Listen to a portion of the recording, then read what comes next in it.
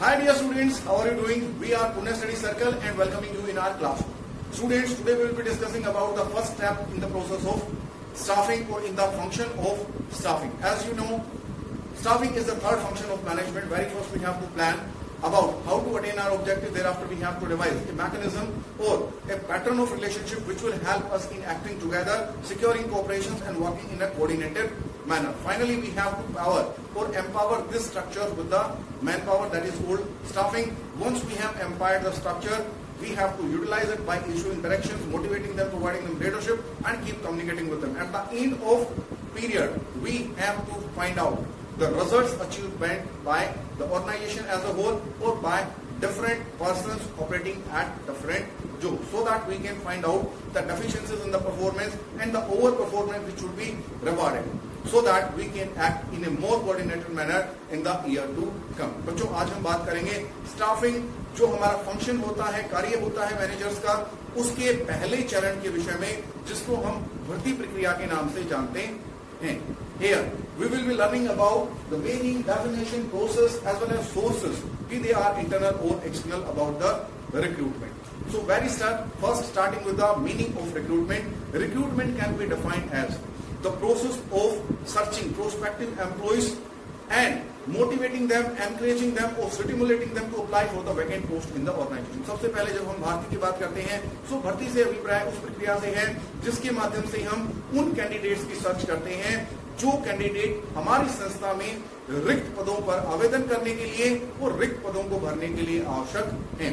जब वो आइडेंटिफाई हमें हो जाते हैं, जब वो सोर्स का पता हमें चल जाता है, then we need to motivate them, we need to attract them, we need to stimulate them, we need to encourage them to apply for the vacant post in the organisation. हमारी संस्था में जो रिक्त पद हैं उनके लिए आवेदन करने के लिए उन व्यक्तियों को या उन संभावित कर्मचारियों को या उस पोटेंशियल टैलेंट को मोटिवेट किया जाता है, एनकरेज किया जाता है by providing A detail information bulletin. क्या रेम्यूनरेशन रहेगा, क्या फ्यूचर प्रोस्पेक्ट्स रहेंगे, किस तरह का वर्किंग एनवायरनमेंट मिलेगा, किस तरह का ब्रांड नेम आप अपने नाम के साथ यूज कर पाएंगे, that is the name of company. So उस प्रक्रिया को हम बोलते हैं भर्ती प्रक्रिया या recruitment process. Here I have mention the definition according to Professor Dalton McFarlane. He said the process of attracting potential talent towards the concern. जो हमारी संस्था है उसकी तरफ संभावित टैलेंट को, संभावित योग्यता को आकर्षित करना क्या कहलाता है? हमारा भर्ती कहलाता है. बेटे, भर्ती के अंदर ना केवल हम संभावित योग्यता को अपनी तरफ आकर्षित करते हैं, बल्कि हमारी संस्था के अंदर जो योग्यता है जिसका हम ऑप्टिमली यूटिलाइज नहीं कर पा रहे, उस योग्यता को भी उचित अवसर प्रदान करके संस्था के साथ बनाए रखने का प्रयास भर्ती प्रक्रिया का ही हिस्सा होता है. तभी हम बोलते हैं we are having two sources, internal as well as external sources to fill the post which are created और which are vacant in the organisation. Here I have mentioned the steps in the recruitment process. We will be discussing them one after another. Here we are having requisition of staffing. सबसे पहला जो चरण होता है, at this stage we ask concerned departmental managers to provide us with a detail about types of and the number of workers required in their particular department in order to effectively discharge the workload or to attain the plan goals or to implement the plan they have made for the time period. बेटे, यहाँ हम जो हमारे concern विभाग के प्रबंधक होते हैं, जैसे प्रोडक्शन डिपार्टमेंट है, सेल्स डिपार्टमेंट है, उनसे उनके वर्कलोड को ध्यान में रखते हुए रिक्वायर्ड नंबर ऑफ वर्कर्स या रिक्वायर्ड नंबर ऑफ एम्प्लॉइज या required number of subordinate managers के विषय में पूछते हैं दैट व्हाट काइंड ऑफ, किस तरह के और कितनी संख्या में आपको कर्मचारी चाहिए उस उद्देश्य को प्राप्त करने के लिए, उस कार्य समूह को निष्पादित करने के लिए जो इस वर्ष आप लोगों ने प्लान किया है. एक बार हमारे पास सभी डिपार्टमेंट से रिक्वेशन आती है, thereafter we identify the source where from we can have such kind of employees as short after by the concerned departmental managers and in the required number. यहाँ हमें उस स्रोत को आइडेंटिफाई करना पड़ेगा जिस स्रोत से हमें उस प्रकार के कर्मचारी उस योग्यता के साथ उस नंबर में मिल जाएंगे. सो यहाँ हमें बहुत सारे सोर्सेज को स्कैन करके अपने अनुभव के आधार पर, अपने ज्ञान के आधार पर, अपने कॉन्टेक्ट के आधार पर उस सोर्स को सिलेक्ट करना पड़ेगा जिस सोर्स से हमें वैसा कर्मचारी उस योग्यता के साथ या उस रिटेंशन एबिलिटी के साथ या उस बिहेवियरिस्टिक कैरेक्टरिस्टिक के साथ मिल जाएगा. Thereafter, we have to invite the prospective talent. Once we have identified that the talent can be obtained from the particular source or particular sources that we have identified, we need to prepare a detailed information bulletin containing the details like the nature of job, the name of post, number of vacancies under each post, qualification required, experience required, important dates, brief description of the selection process. Employment conditions, that what are the conditions on which or on fulfilling which a person can get employment in the organization. ये सभी सूचनाएं हमें एक सूचना पत्र के माध्यम से उन व्यक्तियों तक, उन संस्थाओं तक, उन स्रोतों तक पहुंचानी पड़ेंगी जहां से हमें संभावित कर्मचारी मिल सकते हैं. हमारी संस्था में जो पद रिक्त हैं, उन पदों का नाम क्या है, हर पद के लिए हमें कितने कर्मचारी चाहिए, जो कार्य है उसकी प्रकृति क्या रहेगी. प्रकृति मीन्स क्या वो हमारा लेबर का वर्क रहेगा, क्लरिकल वर्क रहेगा, स्ट्रेटेजिक वर्क रहेगा, स्पेशलाइज जो स्पेशलिस्ट होते हैं उनका वर्क रहेगा. सो नेचर वहां पे कार्य का क्या रहेगा, क्या आपकी एजुकेशन क्वालिफिकेशन होनी चाहिए, क्या आपका एक्सपीरियंस होना चाहिए, क्या आपके पास एक्रेडिशंस होने चाहिए, क्या आपके पास लाइसेंस होने चाहिए, सर्टिफिकेट्स होने चाहिए, अप्रूवल्स होने चाहिए, या फिर कंडीशंस क्या रहेंगी एम्प्लॉयमेंट ऑब्टेन करने की संस्था के अंदर, क्या आपका रेमुनरेशन पैकेज रहेगा विद द ओरिजेंटल जो हमारा इंक्रीमेंट होता है, ओरिजिन इंक्रीमेंट, उसके साथ हम स्पेसिफाई करते हैं जो हमारा पेरोल होता है, बेसिक पे है, फिर इंक्रीमेंट है, एंड देन फाइनलाइज लिमिट है हमारी कब तक वो पे स्केल हमारा चलेगा. उसके बाद हम पे स्केल को चेंज करने जा रहे हैं. उसके बाद जो प्रमोशनल ओरिजिन होते हैं उनको भी हम स्पेसिफाई करेंगे कि आपके कैंडिडेट को प्रमोशन के लिए, अपर पोस्ट के लिए after 6 month, after year, after couple of year कैसे हम कंसिडर करेंगे, उसके लिए क्राइटेरियन क्या रहेगा. क्योंकि जो हमारे स्किल्ड जॉब्स होते हैं, जो स्ट्रेटेजिक जॉब्स होते हैं, उसके लिए हमें ये नोटिफाई करना काफी ज्यादा आवश्यक हो जाता है. उसके अलावा जो इंपोर्टेंट डेट्स हैं, that means the last date for applying for the particular post, कितनी फीस रहेगी, कितनी डेट रहेगी हमारी एप्लीकेशन के लिए, एग्जामिनेशन के डेट्स कौन से रहेंगे, क्या एक सिंगल एग्जामिनेशन होगा या मल्टीपल स्टेजेस में हम एग्जामिनेशन कंडक्ट करने वाले हैं, what would be the date of interview, all that thing are being specified through the advertisement being seeking the initiative on the part of required talents or prospective talents or prospective employees. Finally, we have to give a brief discussion about the selection process. Selection process हमारी कैसे रहेगी. preliminary interview रहेगा, फिर written examination रहेगा जिसको हम parts में divide करेंगे, फिर interview रहेगा, फिर हमारा medical examination रहेगा, reference checking रहेगा, finally हम agreement sign करेंगे और आपकी placement करा दी जाएगी. तो ये सब process भी हमें जो time gap होता है between publishing of advertisement and fulfilling placement of the worker, उसको भी हमें स्पेसिफाई करना पड़ेगा ताकि एक आइडिया मिल जाए उस कर्मचारी को जो पद के लिए आवेदन कर रहा है. And finally we have to verify and scrutinize the application. Whatever number of applications we have received for each kind of post, we have to categorize them into two groups. The first group belong to those who fulfill all the requisite qualification or all the criteria that have been laid by the job management to be fulfilled by the persons who want to get himself appointed on the particular kind of job. सबसे पहली बात करते हैं उन श्रेणी की जिस श्रेणी के अंदर वो व्यक्ति हैं, वो एप्लीकेंट्स हैं, वो कैंडिडेट्स हैं, वो पात्र हैं जिन्होंने उन सभी योग्यताओं को फुलफिल कर लिया है, उनके पास एक्सपीरियंस भी है जो हमें उस पद के लिए चाहिए जो हमारी संस्था में रिक्त है. दूसरी कैटेगरी वो है जिसके पास योग्यता नहीं है या कोई अनुभव नहीं है या कोई एक्रेडिशन नहीं है. सो उनको हमें क्या करना पड़ता है, लेटर ऑफ रिकमेंडेशन सेंड करना पड़ता है. At this time you could not be success, next time apply and definitely you will get prove yourself. So जो कैंडिडेट सेलेक्ट हुए हैं उनको हम एप्रिसिएशन लेटर सेंड करते हैं या इन्विटेशन या एक्सेप्टेंस लेटर सेंड करते हैं so that they can participate in the next step of selection. जो सिलेक्शन प्रोसेस में पार्टिसिपेट करेंगे उनको लेटर ऑफ एक्सेप्टेंस जाता है और जो कैंडिडेट्स हमारी रिक्रूटमेंट प्रोसेस से बाहर हो जाएंगे लेटर ऑफ रिग्रेशन या लेटर ऑफ टॉलरेंस उनके लिए इशू किया जाता है. Here we are having sources from which the talent can be hired by the HR manager, be that is they are internal sources or external sources. आंतरिक स्रोत भी होते हैं हमारे पास उपयुक्त कर्मचारियों को प्राप्त करने के लिए और बाह्य स्रोत भी हमारे पास काफी सारे उपलब्ध होते हैं. जब हम बात करते हैं आंतरिक स्रोत मीन्स द वर्किंग इन्वायरमेंट और the talent that is available within the organisation और within the working environment of the particular concerns. Many a time we have to rotate employees from one job to the another job in order to provide them or instill in them the multiple work talent or multiple experience so that they can enrich themselves in order to become the top management. जो top managers हमें create करने हैं उनके पास different functions का, different department का experience होना चाहिए। तो इसीलिए हम क्या करते हैं बेटे, जॉब सिंप्लीफिकेशन की तरफ से एनलार्जमेंट की तरफ जाते हैं, मतलब सेम टाइप्स के जॉब को ज्यादा नंबर में दिया जाता है, फिर हम उसको एनरिच करते हैं, एनरिच करते हैं। हाँ, एनरिच करने का मतलब ये होता है अलग अलग प्रकार के कार्य उसको एक साथ दिए जाते हैं, या फिर हम उसको इंप्रूवमेंट करने की कोशिश करते हैं कि वो व्यक्ति बहुत सारे प्रकार के कार्य लर्न करे, लेकिन एक बार में एक ही कार्य करे, जिसको हम जॉब सिंप्लीफिकेशन या जॉब रोटेशन के नाम से जानते हैं। तो यहाँ हमारा उद्देश्य यही होता है, जो हमारा एग्जिस्टिंग टैलेंट है, अगर उसके अंदर योग्यता है, अगर हम उसका फुली यूटिलाइज नहीं कर पा रहे, इन that case they will feel themselves unable to actualize their self potential। जो भी पोटेंशियल उनके अंदर है वो उसको इस्तेमाल नहीं कर पाएंगे, अपने करियर को एडवांसमेंट की तरफ नहीं लेके जा पाएंगे। कुछ कर्मचारियों में पेशेंस नहीं होता that they can wait for the origin specified by the organisation, in that case they want to have soon promotion. तो ऐसे टैलेंट को आइडेंटिफाई करके हमें उनको प्रमोशन भी प्रोवाइड करना पड़ेगा। अगर कोई व्यक्ति अपने पोटेंशियल को फुली यूटिलाइज करना चाहता है तो उसे हमें सफिशिएंट वर्कलोड के साथ डिफरेंट टाइप्स ऑफ एक्टिविटीज भी प्रोवाइड करनी पड़ेंगे, उसको ट्रांसफर करना पड़ेगा एक डिपार्टमेंट से दूसरे डिपार्टमेंट में। जब वो दूसरे डिपार्टमेंट का कार्य सीख जाएगा तो फिर तीसरे डिपार्टमेंट में उसको लेकर जाएंगे, ताकि हमारे पास एक इतना अच्छा वर्कफोर्स क्रिएट हो जाए जिस वर्कफोर्स को हम संस्था के विकास और वृद्धि में प्रयोग कर पाए। क्योंकि जब भी हम कोई नई ब्रांच एस्टैब्लिश करते हैं, we always believe in the existing staff that are loyal and have been associated with the organisation और for a long period of time. जो संस्था के साथ लंबे समय से जुड़े हुए हैं उनका ही प्रयोग हम करेंगे। Finally we are having Leo. This kind of initiative or action is preferred by the HR manager at the time our organization is not having financial position as strong as required, or there are some market related reasons, there are business cycles owing to which the product or service that we are offering whose demand has decreased। बेटे अगर उस उत्पाद की, उस सेवा की मांग कम हो जाए, जिस उत्पाद को हम बाजार में बेच रहे हैं, तो भी हमें क्या करना पड़ेगा, अपने स्टाफ वर्कलोड को रिड्यूस करना पड़ेगा temporarily.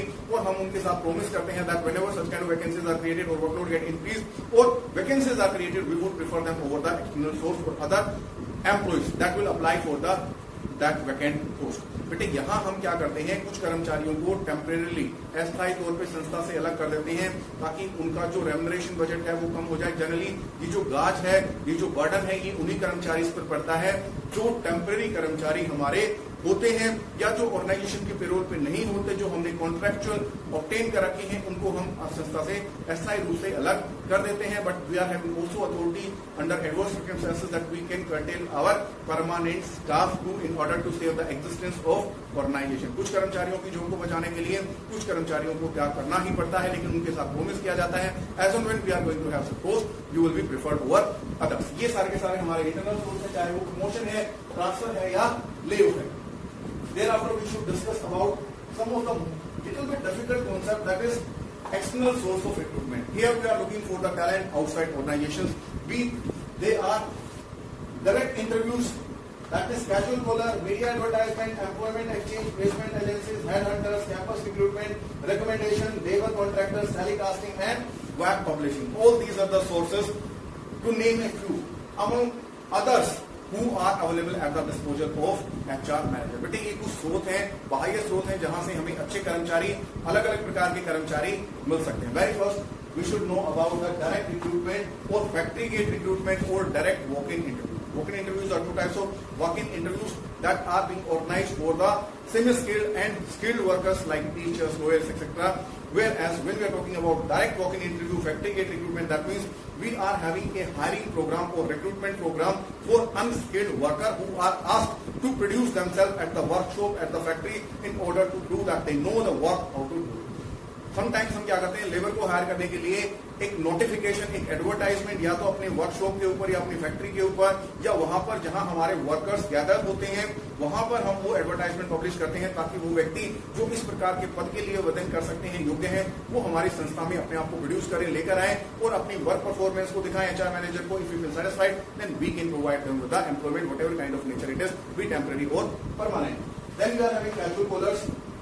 There are large many reason when unwantedly a worker has to separate himself from his existing जो बहुत सारे कारण हैं जिसकी वजह से एक कर्मचारी को ना चाहते हुए भी अपने आप को अपने वर्तमान पद से अलग करना पड़ता है। Maybe they are personal reason, they are the reason related to the working environment, kind of leadership he is having in organization or kind of relationship he has with his colleagues, subordinates and superiors. So उन कारणों की वजह से जब वो अपने आप को अलग कर लेता है या संस्था उसको सेपरेट कर देती है, in that case he would definitely try to find out some job in order to make economic security, social security of his family.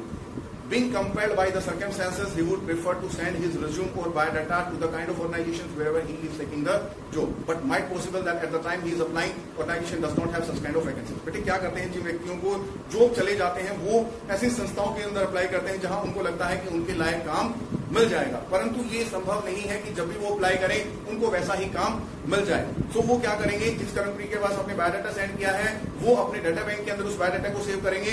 उस बायोडाटा में से हम एक लिस्ट तैयार करेंगे at the time when we are having such kind of vacancies for which they applied earlier. जिस time हमें casual caller से इन्विटेशन मिला था या रिक्वेस्ट मिली थी कि हमें पोस्ट चाहिए, इस तरह की पोस्ट, इतना एक्सपीरियंस है, तो उनको इन्वाइट किया जाएगा eight the time of recruitment. जब हमारी संस्था के अंदर उस प्रकार की वैकेंसी क्रिएट हो जाएंगी, उसको हम कैजुअल कॉलर सोर्स बोलते हैं। एम्प्लॉयमेंट एक्सचेंजेस ये हमारी गवर्नमेंट एजेंसीज होती हैं जो हर एक स्टेट के हर एक डिस्ट्रिक्ट में गवर्नमेंट ऑफ इंडिया ने एस्टैब्लिश कर रखे हैं। बेसिक जो क्या होता है, दे गेट बायोडाटा और maintain biodata of unemployed, educated and uneducated youth. Whenever organization is having requirement of unskilled and semi-skilled job, या तो हमें क्लर्क चाहिए या हमें लेबर चाहिए, in that case we can ask to the labor officers to provide the kind and number of workers or their details so that we can have a recruitment process.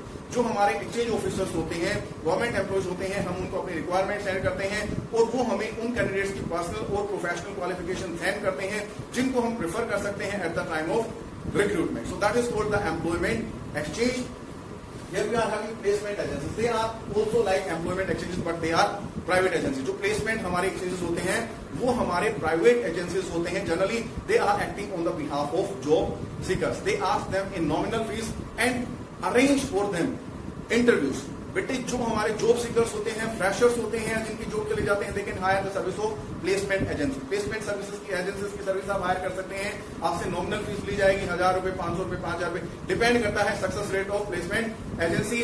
और वो agency आपके लिए interview organise करेगी, आपके लिए selection process को define करेगी, आपको हेल्प करेगी that how you have to present before the HR manager when you have encounter on the interviews. But they also act on the part of organization. If any organization want that the placement agency perform for it, the recruitment function they can also perform because they are having sufficient number of data to choose from.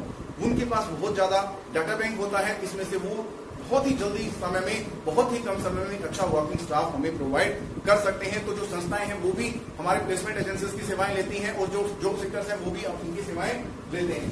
Then भी बात करते हैं head hunters को, these are called management consultancies. You know what, management consultancies are a group of professionals who are having expertise in providing manager staff or that staff which may not be available at the short notice. मतलब अगर आपको top management चाहिए जो आपको 1 साल, 2 साल, 3 साल के बगैर अवेलेबल नहीं हो सकती, बिकॉज जो भी कॉम्पिटेंट एम्प्लॉयज होता है उसको कोई संस्था छोड़ना नहीं चाहती है, तो इस प्रकार के टैलेंट को हंट करने में ही आपकी सहायता करते हैं, provided you are willing to provide them with the demanded package. All the talented managers do have their contract with the headhunters or management consultancies. At the time such kind of demand is put forth before the management consultancies, they produce or promote or push on their candidate for such kind of interview. They also provide advertisement facility और service to the organisation. जो employment advertisement है वो भी device कर सकते हैं organisation के लिए। जनरली इनका एग्रीमेंट किसके साथ होता है, इनका एग्रीमेंट होता है टैलेंटेड मैनेजर्स के साथ, कि जब भी ऐसी कोई रिक्वायरमेंट हमारे पास आएगी जिसकी मार्केट में कोई नोटिफिकेशन नहीं है, ताकि प्रतिस्पर्धी संस्था को ना पता चले, तो डेफिनेटली हम आपको प्रोड्यूस करेंगे before the organisation that is having such kind of post want to change its top management so that it does not come into the media. और जो हमारे शेयर्स हैं वो ना गिने, सो काफी इंपोर्टेंट रोल होता है, इनके कमीशन बहुत ज्यादा होते हैं। Looking into the package that is been provided to the manager concern. Here we are having campus recruitment. Campus recruitment means if we want to have fresh talent, if we want to hire freshers, if we want to have economical staff. बेटे यहाँ हमें आवश्यकता है उन professional शिक्षा संस्थानों को visit करने के लिए जहां हमें फ्रेश टैलेंट मिल सकता है, जहां हमें आर्थिक दृष्टि से हमारा स्टाफ मिल सकता है, कम से कम लागत पर अच्छे से अच्छा ब्रेन हमें मिलेगा, which will have zeal, which will have encouragement and which will have ability to attain your target with the minimum effort. हमें नया टैलेंट मिलेगा, इनिशिएटिव मिलेंगे, हमें बहुत सारा मोटिवेटेड वर्कफोर्स मिलेगा जो कम दाम के ऊपर हमारे लिए अच्छा काम कर सकता है और हो सकता है हमें फ्यूचर मैनेजर्स इंजीनियर्स मिल जाए, इनोवेटर्स मिल जाए, तो यहाँ हम क्या करेंगे, we will contact with the placement cell of the professional institution like MBA, MCA, MBBS। उनकी यहाँ से क्या होता है, एक हमारा प्लेसमेंट सेल्स होता है, जो हमारे हायरिंग या प्लेसमेंट ऑफिसर्स होते हैं, उनसे कॉन्टैक्ट करके हम जो हमारे प्रोफेशनल इंस्टीट्यूशंस हैं वहां कैंपस इंटरव्यूज ऑर्गेनाइज कर सकते हैं, वो टैलेंट को बिल्ड कर सकते हैं। Then after we are going to use recommendations, that means many times HR manager can put forth this demand before the existing employees that they should recommend some of their relatives or known persons who may have that ability which is sought after by the organization। बेटी जो हमारे वर्तमान कर्मचारी हैं, अगर हम उनको motivate करना चाहते हैं, उनके अंदर फीलिंग ऑफ एसोसिएशन जनरेट करना चाहते हैं, या हम positive word of mouth spread करना चाहते हैं सोसाइटी में, कम्युनिटी में, लेबर मार्केट में, सो जो हमारे रिटायर्ड एम्प्लॉयज हैं या जो हमारे एक्जिस्टिंग एम्प्लॉयज हैं, उनसे रिकमेंडेशन मांगते हैं कि आप हमें रिकमेंड करें जो अनस्किल्ड या सेमी स्किल्ड जॉब है, और हम उस कर्मचारी को हायर करेंगे। इससे बेनिफिट क्या होगा, एक तो कर्मचारी हमारी संस्था के साथ जुड़ा रहेगा, मोटिवेट होगा, उसके साथ साथ जो न्यू वर्कफोर्स होगा, it will be easy to retain that with the help of the recommender. जो रिकमेंडर है उसकी सहायता से हमारे फ्रेश टैलेंट को या जो भी एम्प्लॉय हमने हायर किया है उसको कंट्रोल करना काफी इजी हो जाएगा। Then we are having labour contract in case we are the company implementing projects with the long gestation period. जैसे जो हमारे कंस्ट्रक्शन कंपनीज होते हैं वो परमानेंट पेरोल पे या रेगुलरली लेबर के साथ कॉन्ट्रैक्ट नहीं रखते हैं, rather they prefer to hire the service of labour contract who are having their contract labours. बेटे अगर हमारे पास लेबरर को मेंटेन करने का बजट है, in that means we are very much big organisation. तो बहुत सारे प्रोजेक्ट होते हैं तब तो हम अपने पेरोल पे रखते हैं, अदरवाइज हम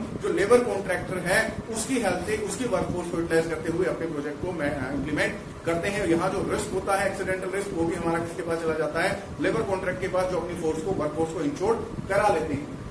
Then we are talking about the telecasting. Many times we have seen also the different kind of advertisement related to the vacancies are being published on the television. वो हमारी टेलीकास्टिंग कहलाती है। जैसे हमारे जो चैनल्स हैं, GTV है, Sony TV है, या जो हमारे डिस्क ऑपरेटर हैं, बहुत सारे एडवर्टाइजमेंट भी they are related to the school employment, factory employment, sales employment, बहुत सारे एम्प्लॉयमेंट एडवर्टाइजमेंट आपको वहां पर देखने को मिलेंगे। And finally we are having webcasting, that means type of online platform, online portals or websites that play a link between the employer and employee. वो एक लिंक, एक माध्यम, एक मीडिएटर का रोल करते हैं। Generally they help to the job seeker in finding out the opportunities across the market और across the specialisation at what they are seeking. Secondly, they help to the employer by charging them a fees to provide the biodata of the competent employees or kind of employees what they are seeking for. Generally ये जो हमारी telecasting websites होते हैं, जैसे Naukri.com है, job street है, Monster.com है, बेटे जो एम्प्लॉयर होता है उसको पर रिज्यूम चार्ज करती हैं, या मंथली कॉन्ट्रैक्ट होता है that you can open infinite number of resumes, or you can open $5 per resume if you want to have such kind of talent. आप उसको स्क्रूटनाइज कर सकते हैं, आपको रिज्यूम ओपन करने की जरूरत नहीं है, $5 वेस्ट करने की आवश्यकता नहीं है। अगर आप कीवर्ड डालेंगे उनके स्कैनिंग पोर्टल में, तो आपके सामने केवल वही रिज्यूम्स आएंगे जो काफी ज्यादा कॉम्पिटेंट्स या आपके जैसे डिजायर्ड एम्प्लॉइज हैं, वही उन्हीं से बिलोंग करते हैं। So this is going to be one of the most productive source of hiring the worker. This is all about the process of recruitment and sources of recruitment. In our next lecture, we will be discussing about selection and selection process. Thank you very much for watching us, enjoying us. I'm sure that you have enjoyed this time very much. So next lecture is coming soon. For that, don't forget to subscribe our channel, like our videos, and share our videos. Stay home, stay safe. Bye. See you next time.